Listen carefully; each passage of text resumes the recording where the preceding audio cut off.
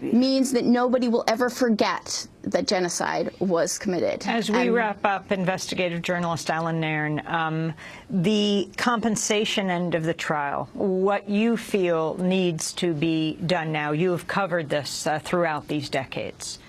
Well, all of the crimes that Rigoberta Menchú just described were crimes not just of General Ríos Montt, but also of the U.S. government. The U.S. prosecutors in Washington should immediately convene a grand jury with two missions.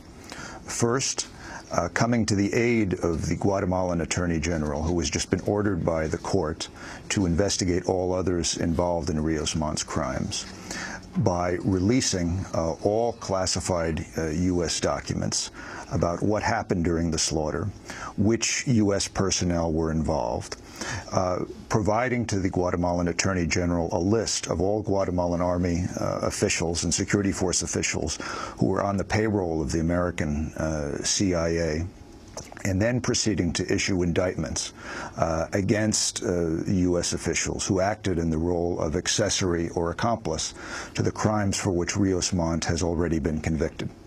And those people, you believe, would include?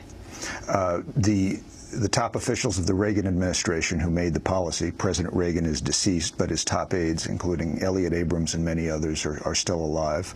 The U.S. CIA personnel on the ground who worked within the Ríos, the military intelligence unit that coordinated the assassinations and disappearances.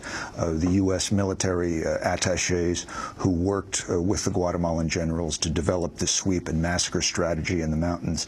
There would be hundreds of U.S. officials who were complicit in this and should be subpoenaed, called before a grand jury, and subjected to indictment. And the U.S. should be ready to extradite them to Guatemala to face punishment if the Guatemalan authorities are able to proceed with this. And General Pérez Molina is one who should be included.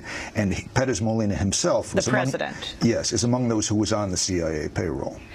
We will leave it there. Allan Nairn, investigative journalist. Rigoberta Menchú, Nobel Peace Laureate. We thank you so much for being with us in Mexico.